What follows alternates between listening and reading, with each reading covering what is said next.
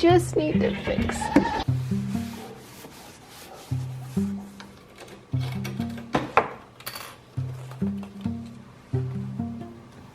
Look what I found in the ribbon box. Right there in the corner.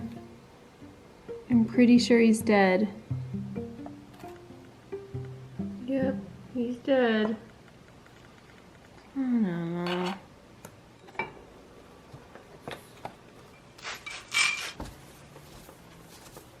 Okay, we have got our ribbons for last year up, which aren't very many compared to other herds, but we're doing good. We've got a junior grand champion win and best in show from Tatum in 2021. We've got a junior grand champion win from River and a reserve champion from Daphne. So, not too bad. I wonder which one of these is going to be the champion doe. Well, a lot of you guys want us to keep Kitty. And I know I said I was gonna keep a Finnick baby. Sorry, a Finnick and Reba baby. Little babies down here are chewing on my legs. But I had to make decisions, I had to make choices. And while I do love Kitty and I was almost gonna keep her, I decided to not keep so many, and I decided to just stick with the 4 that I'm going to keep. So I know she's so sweet. She's a monster, she wants to eat right now. But Kitty is actually already going to a new home. We have a new owner, so I'll get to see her progress, see her udder, see how she ends up looking like as an adult. But she's not gonna stay on the farm. It's so sad because she is really cute. Part of the reason why I decided not to keep Kitty was that I have some big artificial insemination plans for next year, and I know I'm gonna wanna keep a doeling out of Reba and this pairing that I'm thinking of. So I'm gonna hold off on Reba doelings this year. But the ones we're keeping are, Cricket is gonna be the continued Tilly line experiment. Then we've got Duchess, who is out of Winona. She's super long and level, and I really, really like her body type. We're hoping that we get an improvement of the udder, and if we do, she's gonna be a very, very nice doe. We're definitely gonna keep Wednesday. She's out of Lancelot and River. She is really nice, growing nice and big and strong. Look how big she is. Remember, she's the one without the white on the tail. We just love her so much, and I really, really like River and her udder, so Wednesday is definitely a keeper. And the last one is Twyla. I didn't breed her, but she was purchased from our herd in California. She's really nice. I love her so much, so I'm really excited for this line to join our herd. So I can't keep them all. I know I originally said I was gonna keep all the doelings out of Reba if she had Finnick and Lancelot, and that just ended up not working out. So choices have to be made, and that's what I chose. You guys definitely need a new tire. Oh my goodness, babies, babies, babies. I want to say thank you real quick to Thrive Market for sponsoring today's video. So I just got my Thrive Market box this month, and here's what I ordered. It's a little bit different because I'm trying to survive kidding season. Guys, I got so many snacks. This is gonna be my baby goat survival kit right here. Got some beef sticks and some seaweed snacks, sweet potato chips. These churro strips are really good. Bunch of fruit items, so some dried jackfruit and mangoes and some little gummy things. Got nuts, olives, some little bars. So this is gonna be baby goat survival kit. Basically, Thrive Market is an online membership-based grocery store where you can get almost anything. But the benefit of shopping with them is that you're gonna get the best prices on the healthiest food. I don't like to go to lots of different stores, but I do wanna get the best deals. And Thrive Market guarantees it. So whatever you find online in their huge selection, it is guaranteed to be the lowest price. If you find something that is lower, they'll match it. Sometimes you just live far away from a health food store, or you're trying to follow a specific diet and you need specific ingredients, or you just need to avoid certain ingredients. That's where Thrive Market comes in. So what I do is I do my online monthly shopping through them. I get to scroll through and I can filter the selection based off of my personal preferences. Their membership is super affordable. You can either do it monthly at $12 a month or annually at only $5 a month. So whether you're trying to eat gluten-free or maybe you're vegan or keto, you're gonna find the biggest selection of products for the best price. They also have this really cool initiative for low-income families, and they are officially now accepting SNAP EBT. So it makes it a lot easier for those that are struggling to find healthy foods, affordable, and accessible. The best thing is that shipping is free over orders of $49. It comes in just a couple days, and it's carbon neutral. So they're actually one of the first online grocery stores to make their shipping environmentally friendly. Thrive Market is there to support whatever healthy means to you. So if that means you just want to swap out some of the snacks like I did for healthier items, or if you have a whole meal plan ready to go and you want to make sure and have the best ingredients, Thrive Market is where you should get it. So the way to order is to click the link in my description box or go to thrivemarket.com/weedemandreap to get 30% off your first order plus a free gift worth up to $60 when you join Thrive Market today.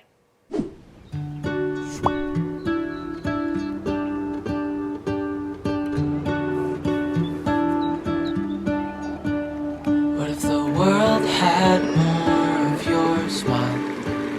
What if the wind could spread your love? What if your sweetness could reach everyone? There'd be no wars. Maybe the birds will sing about your heart. Maybe the trees will whisper the word. Maybe the sun will spread your joy to the ones who lost their hope.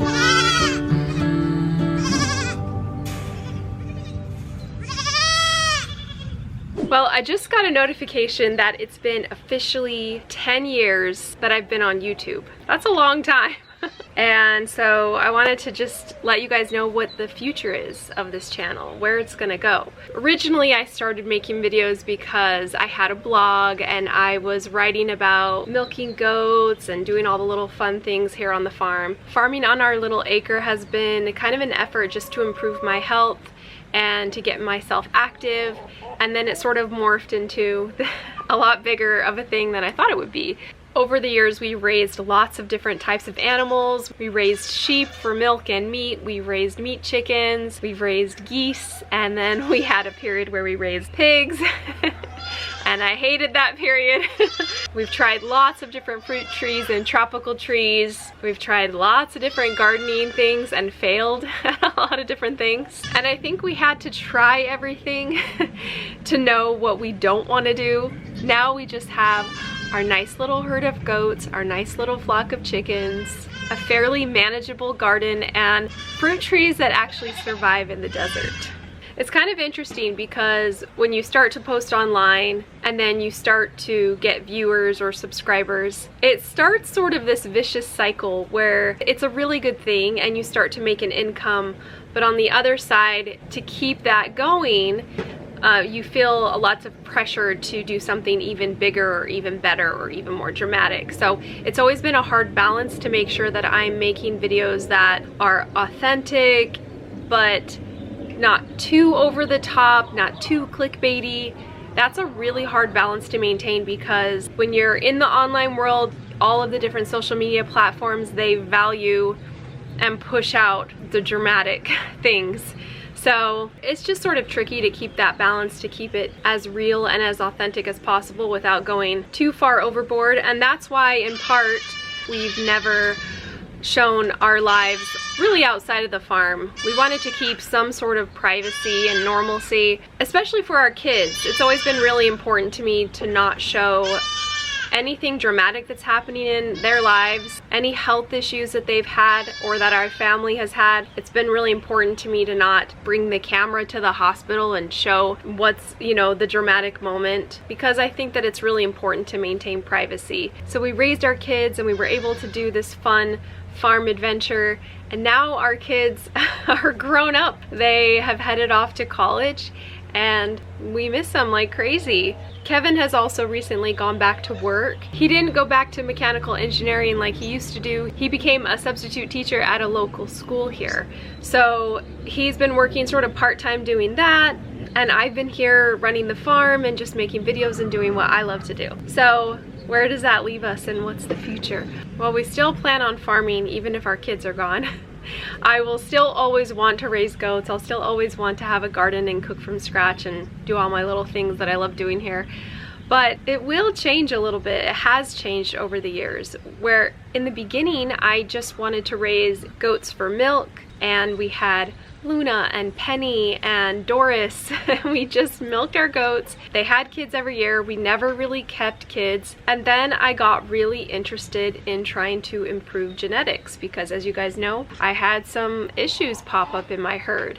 And I've actually really enjoyed a lot of the tools that they have for goat breeders. So I've learned how to do showing, do milk testing. This year we're gonna do linear appraisal, which is a special kind of scoring to try to score different parts of your goat and overall see how they measure up to what the ideal is. But I wouldn't necessarily call myself a show herd because I don't see us traveling and doing lots of shows. We're definitely more of homebodies, and I'd love to utilize those things, but I don't see us being able to like go to this next level of doing it. So the future of this channel is basically gonna be what DaNelle loves to do, which is raising goats, breeding up, getting better genetics, and then enjoying all the other little parts of our farm, like gardening, working in the pond, cooking from scratch, utilizing the milk in the home to make things from scratch. And while we will have some other adventures, like we plan on working on the cottage up north, I don't see us wanting to like move to a big property or build lots of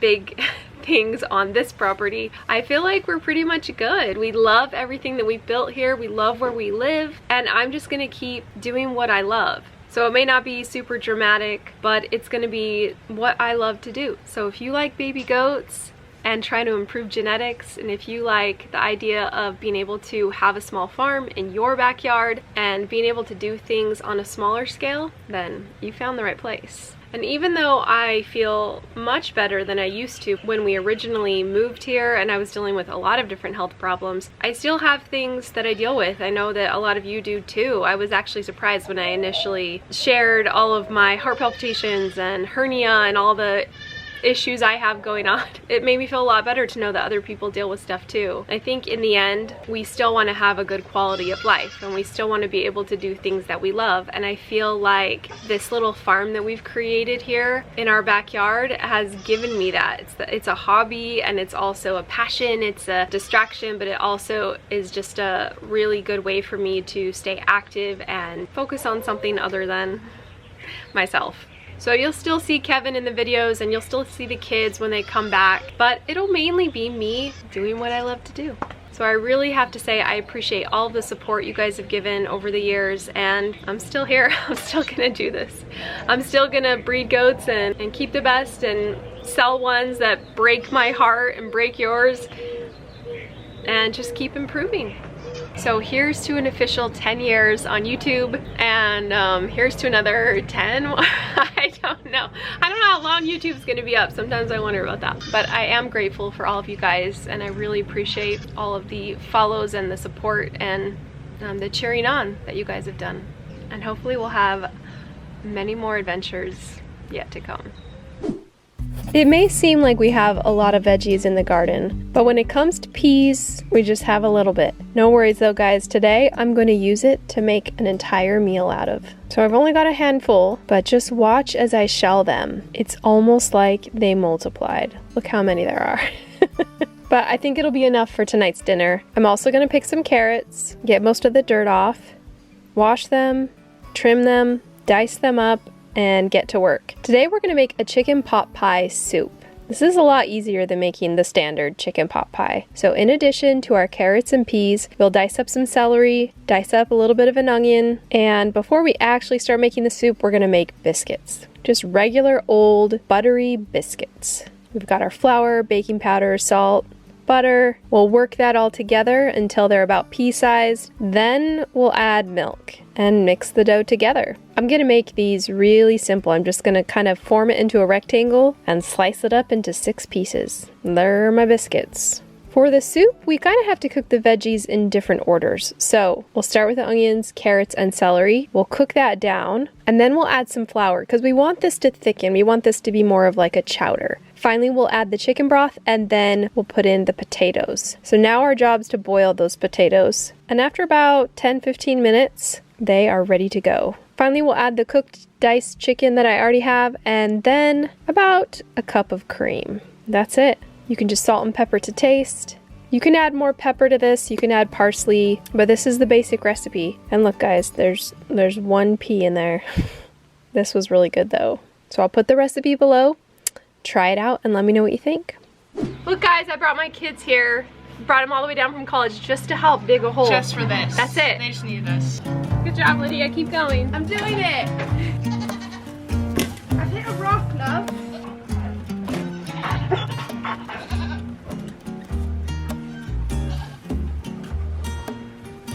Go ahead. Perfect. Look what we got. Yay! Another tire. Go. We just want to see them jump. Oh, they will. They'll jump from one to the other. So close, they're just scared. Oh, see, Yay! Good job. Okay, that's it. They can go back now. Bye. Bye. I'm getting on a bus.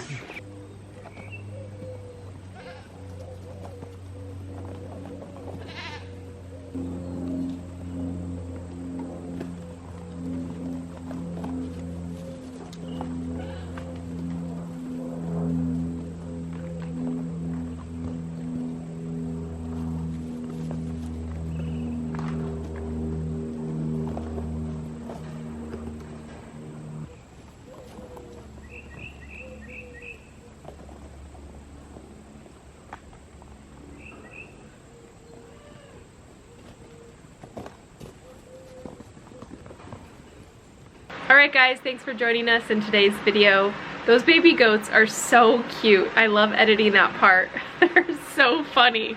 I gotta do one long video of them just running around because you can see all the different herd orders and you can see the ones that get along, the ones that don't. It's pretty funny. And remember to head over to thrivemarket.com/weedemandreap to get 30% off your first order plus a free gift worth up to $60.